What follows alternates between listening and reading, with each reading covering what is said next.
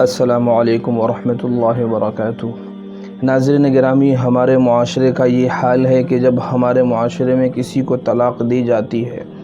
تو طلاق دینے کے بعد کچھ عورتیں عورت کے پاس آتی ہے، اسی طرح کچھ مرد حضرات مرد کے پاس آتے ہیں کہ طلاق کی کیا وجہ بنی، آخر آپ نے کیوں طلاق دی؟ تو مرد بیوی کی برائیاں بیان کرنا شروع کرتا ہے کہ اس کے اندر یہ عیوب تھے، اس کے اندر یہ کمی تھی، یہ کوتاہی تھی جس کی وجہ سے میں نے اسے چھوڑ دیا۔ اور اگر بیوی نے خلا لیا ہوتا ہے تو وہ شوہر کی برائیاں بیان کرنا شروع کر دیتی ہے کہ یہ ایسا ہے، لاپرواہ ہے، یہ ساری چیزیں جو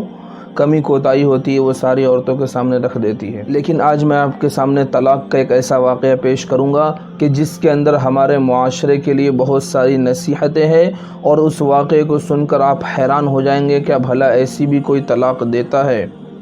اور وہ یوں ہے کہ ایک اعرابی نے، جسے ہماری زبان میں دیہاتی کہا جاتا ہے، اعرابی یہ عربی کا لفظ ہے کہ دیہات کے رہنے والے کو اعرابی کہا جاتا ہے، تو اعرابی نے اپنی بیوی کو طلاق دے دی۔ جب لوگوں کو پتہ چلا تو لوگ اس کے پاس آئے اور ان سے پوچھا کہ آپ نے طلاق کیوں دی؟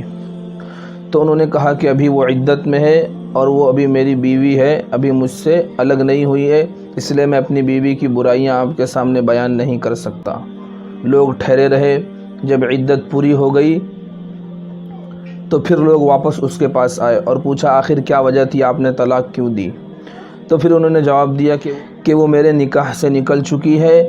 اب اگر میں اس کی شخصیت کو داغدار کرتا ہوں، اگر میں اس کی برائی آپ کے سامنے بیان کرتا ہوں تو ہو سکتا ہے کوئی اپنا نکاح کا پیغام نہ بھیجے، کوئی اس سے نکاح نہ کرے، اس لیے میں اس کی غلطیاں آپ کے سامنے بیان نہیں کر سکتا۔ پھر جب اس عورت کی کسی دوسری جگہ شادی ہو گئی تو پھر لوگ اس کے پاس آئے کہ آخر آپ نے اس کو طلاق کیوں دی تھی؟ تیسری دفعہ اس اعرابی نے کہا کہ جب وہ عدت میں تھی، میری بیوی تھی، میں نے اس کی برائی بیان نہیں کی، عدت ختم ہونے کے بعد جب وہ میرے نکاح سے نکل گئی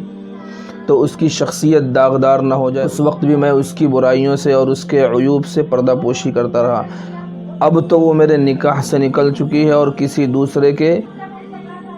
زوجیت میں آ چکی ہے، کسی اور سے وہ منسلک ہو چکی ہے، اب تو میرا اس پر کوئی حق ہی نہیں رہا کہ میں اس کی برائی آپ کے سامنے بیان کر سکوں، اس لیے میں اس کی کسی بھی برائی کو تمہارے سامنے بیان نہیں کر سکتا کہ میں نے اس کو طلاق کیوں دی تھی۔ تو یہ واقعہ ہمارے لیے عبرت اور نصیحت کی چیز ہے۔ اس واقعے کو اپنے سامنے رکھیں کہ کبھی بھی اپنی بیوی کی برائی، اس کے اندر کی کمی یا کوتاہی کسی دوسرے سے بیان نہ کریں، کہیں ایسا نہ ہو کہ وہ آپ کے نکاح سے نکل کر جب دوبارہ کسی دوسرے کے نکاح میں جائے تو وہ اس برائی کو لے کر اس کو طعنہ دے۔ اس لیے اگر طلاق کی ضرورت پڑتی ہے تو ان تمام چیزوں کو سامنے رکھتے ہوئے ہم اپنی بیوی کو طلاق دیں۔ امید کرتا ہوں کہ آج کا یہ واقعہ آپ کو پسند آیا ہوگا، تو اسے اپنے دوست و احباب تک خوب شیئر کریں تاکہ جو لوگ طلاق دیتے ہیں وہ طلاق کا جو طریقہ ہے اسے بھی سیکھیں، اور طلاق دینے کے بعد جو آپس میں